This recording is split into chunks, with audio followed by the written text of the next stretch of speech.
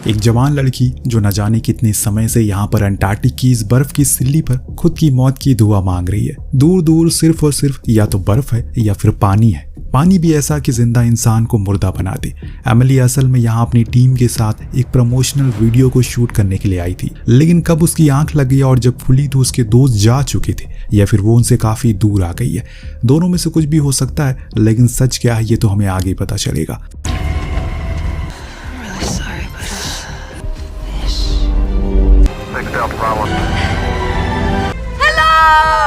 फिलहाल अभी हम देख पाते हैं कि एक रेस्क्यू ऑपरेशन भी चलवाया जा रहा है, पर वो चॉपर सिर्फ एमिली को बर्फ के पहाड़ों के ऊपर या फिर किनारे पर ही ढूंढ रहा है, क्योंकि उन्हें यह लगता है कि अगर वो जिंदा हालत में होगी तो यहीं होगी।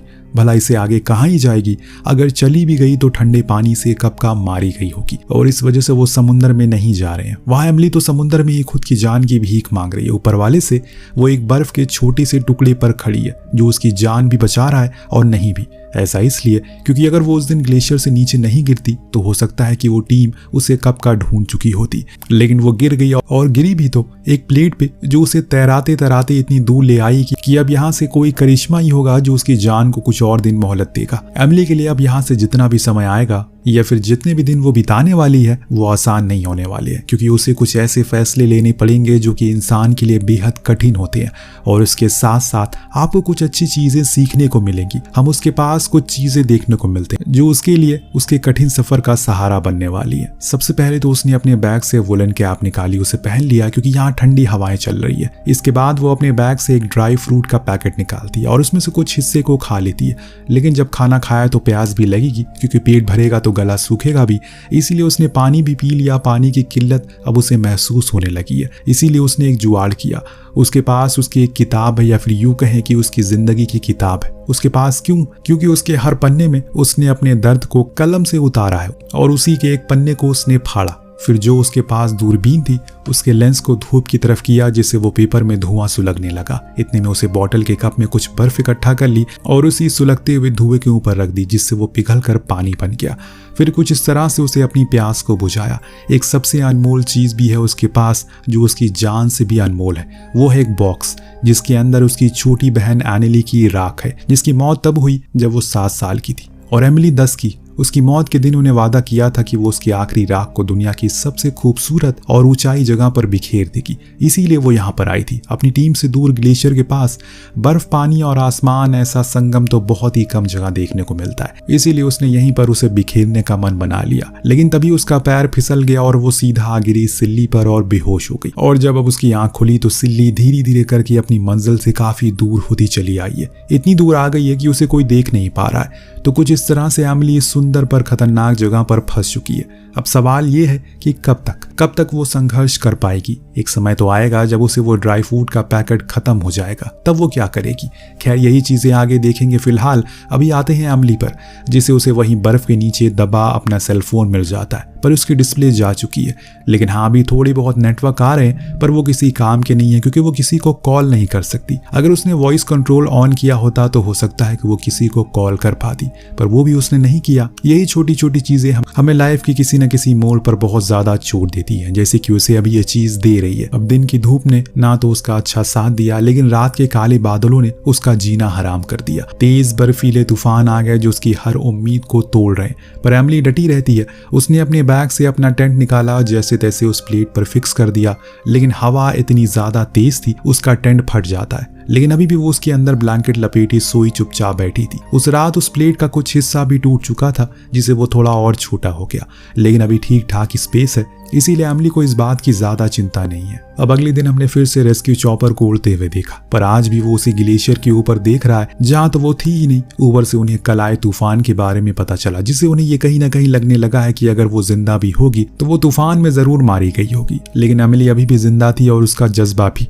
अपनी किताब में वो लिखती है कि आज उसका दूसरा दिन है, पर इन 48 घंटे में उसने उन लोगों को सबसे ज्यादा याद किया जो उसकी जिंदगी के सबसे अनमोल हिस्से थे। पहला तो उसकी माँ, फिर उसकी छोटी बहन, लेकिन हाँ, उसने एक और चीज को याद किया जिसके साथ उसका नाता कुछ खास नहीं है, पर उसे उम्मीद है कि वो बहादुरों और बेकसूर लोगों का साथ जरूर देते हैं। एमिली ईश्वर की बात कर रही थी। दूसरे दिन उसने थोड़ी बहुत वर्जिश की ताकि अपने शरीर को गर्म रख सके। खाने के लिए उसने उन ड्राई फ्रूट को खाया, पर ज्यादा दिन वो उन्हें नहीं खा खा सकती वरना वो खत्म हो जाएंगे। इसीलिए वो मछली पकड़ने के लिए बैठ गई, क्योंकि उसके पास वो कांटा भी है जिनसे मछलियां पकड़ी जाती है। पर बैठते बैठते वो लेट गई, लेकिन एक भी मछली उसके हाथ नहीं लगी। तभी अचानक से आसमान में एक पैसेंजर प्लेन दिखा, जिसको देखकर वो अपना हाथ जोर जोर से हिलाती है। पर यह बात उसे अच्छे से पता है कि वो उन्हें देख नहीं पाएंगे। अगर आप भी उसकी जगह पर होते तो ये काम जरूर करते। उम्मीद पे तो दुनिया कायम है। जैसे आरसीबी 18 साल बाद मैच जीत सकती है, तो हम क्यों नहीं। इतने में एमिली का फोन बज गया। वो फौरन भागते हुए अंदर गई, देखा कि ये तो किसी एसी बेचने वाले का फोन था, जो उसे कह रहा है कि गर्मी बहुत ज्यादा बढ़ गई है, तो तुम्हें अब न्यू एसी खरीद लेना चाहिए। क्रोनोलॉजी समझिए आप यहाँ पर। -34 डिग्री के तापमान में अगर एमिली की हालत में हो, तो उसी दौरान आपके पास एक कॉल आए जो आपकी उम्मीद की किरण बन सकता है। लेकिन वो बंदा आपको एसी बेच रहा हो, तो आपको ऐसे में कितना गुस्सा आएगा। खैर यहाँ एमिली उसे समझाती है कि अभी वो एंटार्क्टिक के एक स्नो प्लेट पर है और वो बहुत बुरी तरह से फंसी हुई है, प्लीज वो उसकी मदद करे। जो सुन वो लड़का कहता है, यार मैंने एक से एक बहाने सुने हैं, पर ये वाला तो एकदम तगड़ा है, फ्रेश है एकदम। फोन कट हो गया। एमिली की उम्मीद भी उसकी साथ टूट गई। उसने ऐसे नहीं, बहुत कोशिश की, बहुत उसे समझाया कि उसकी जान भी जा सकती है, लेकिन वो लड़का मानने को राजी ही नहीं था। आज पहली बार हम उसकी आंखों में मौत का डर देखते हैं, क्योंकि उसके प्लेट के 2 टुकड़े और टूट के बह चुके हैं। और ऐसा इसलिए हुआ क्योंकि रात में तूफान आया था और उसे समुद्र की लहरें बहुत तेज हो चुकी है।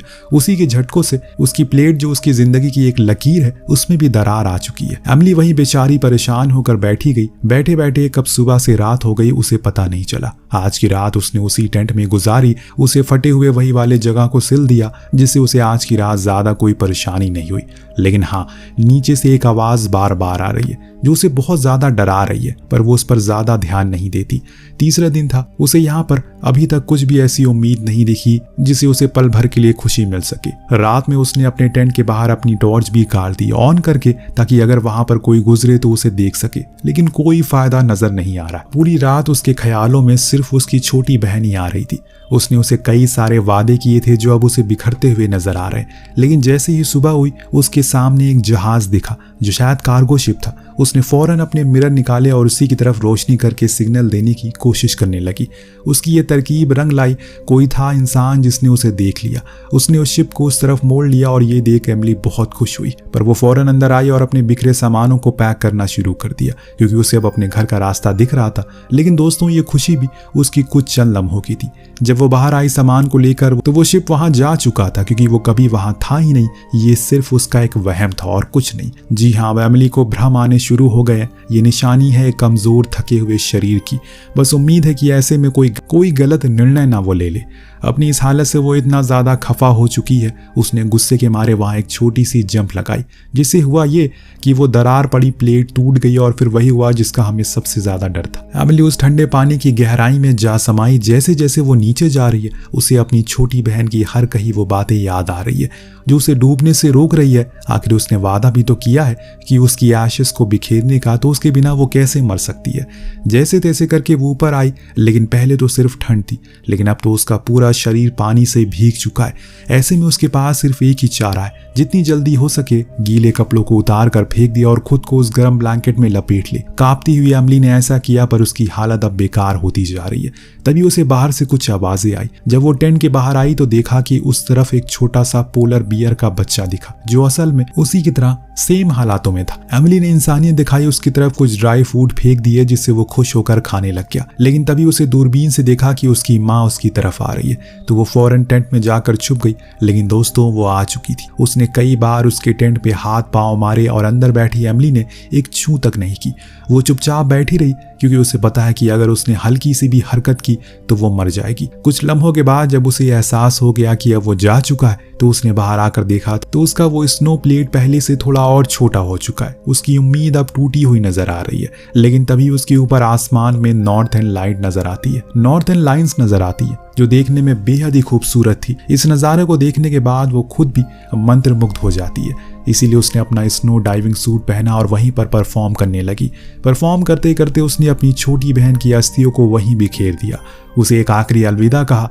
वापस टेंट में आने पर वो अपनी ही बहन से बातें करती है। उससे कहती है कि अब वो आज़ाद हो चुकी है। उसने उसे दुनिया की सबसे खूबसूरत जगह पर बिखेर दिया। अब वो जहाँ जाना चाहती है जा सकती है। और दूसरी साइड से वो जवाब एमिली खुद ही दे रही थी, जिस बात से आप अंदाजा लगा सकते हैं कि इस तन्हाई से वो किस कदर पीड़ित हो चुकी है।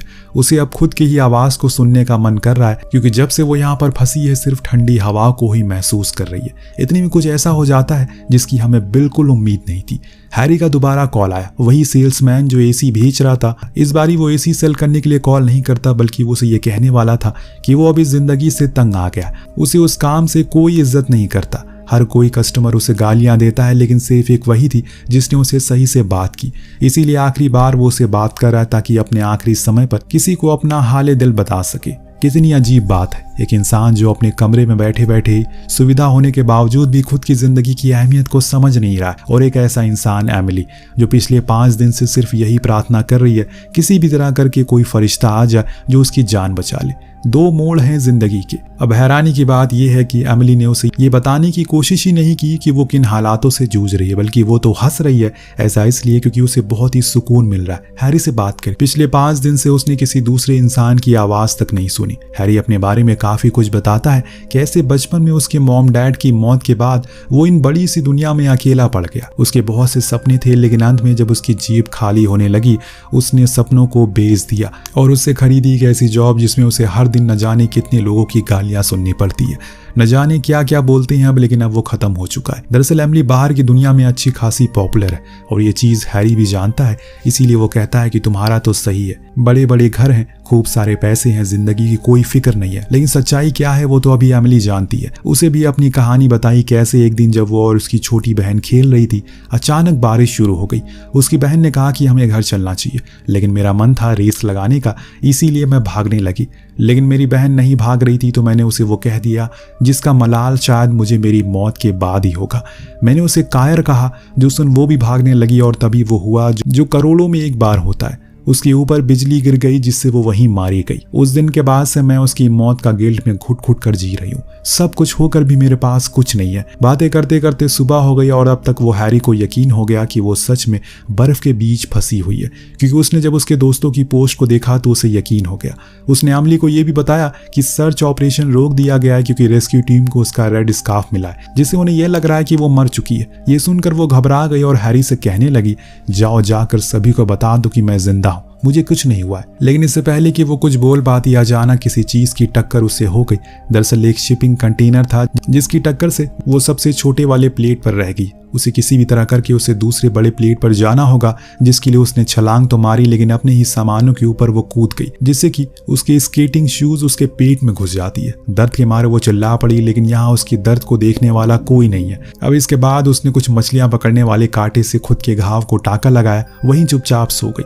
इसके अलावा कोई चारा नहीं है। उसका फोन, किताब, सब कुछ उस टक्कर की वजह से पानी में गिर चुका, यानी कि अब कोई उम्मीद नहीं बची। इतने में उसके पास एक मछली आकर गिर गई तो वो उसी से बातें करना शुरू कर देती है। जब इंसान खुद से हार जाता है तो वो उन चीजों को अपना दोस्त बना लेता है जो उन्हें सिर्फ सुन सकता है। अक्सर आपने देखा होगा बिखरते हुए लोगों के पास कुत्ते ज्यादा होते हैं। उस मछली से वो माफी मांगती है क्योंकि अब वो उसे खाने वाली थी, लेकिन खा नहीं पाई। जब तक वो तड़पती रही है तब तक वो उन दोनों के बीच बातें होती रही। जब एमिली ने देखा कि अब उसने कोई भी रिस्पॉन्स देना बंद कर दिया तो वो उसे जल्दी से पानी में फेंक देती है, जिससे वो आखिरकार बच गई। काश एमिली भी मछली होती। प्यार और भूख से उसका पेट फट रहा है, इसीलिए उसे मजबूरन समुद्र का पानी पीना पड़ा, लेकिन ऐसा वो कर नहीं सकी क्योंकि अगले ही पल उसे उल्टियां हो गई। लेकिन तभी ईश्वर उस पर मेहरबान हो जाता है क्योंकि उसी समय तेज बारिश होने लगी, जिससे वो अपनी प्यास तो बुझा लेती है, लेकिन ऐसा लग रहा है कि ये उसके अंदर जा रही आखिरी पानी की बूंदें हैं, क्योंकि अगले दिन जब वो सोकर उठी तो वो पूरी तरह से पानी में थी। बर्फ पूरी तरह पिघल चुकी है। अब क्या ही करे, सब कुछ तो करके उसने देख लिया। ऐसे में इंसान सिर्फ एक ही चीज करता है, उम्मीद छोड़ देता है, और उसने भी वही किया। वो पानी की गहराई में जाने लगी, लेकिन तभी उसे किसी की आवाज सुनाई दी। दरअसल ऊपर हेलीकॉप्टर आ चुका है उसे बचाने के लिए। हैरी ने खुद के साथ साथ एमिली को भी बचा लिया।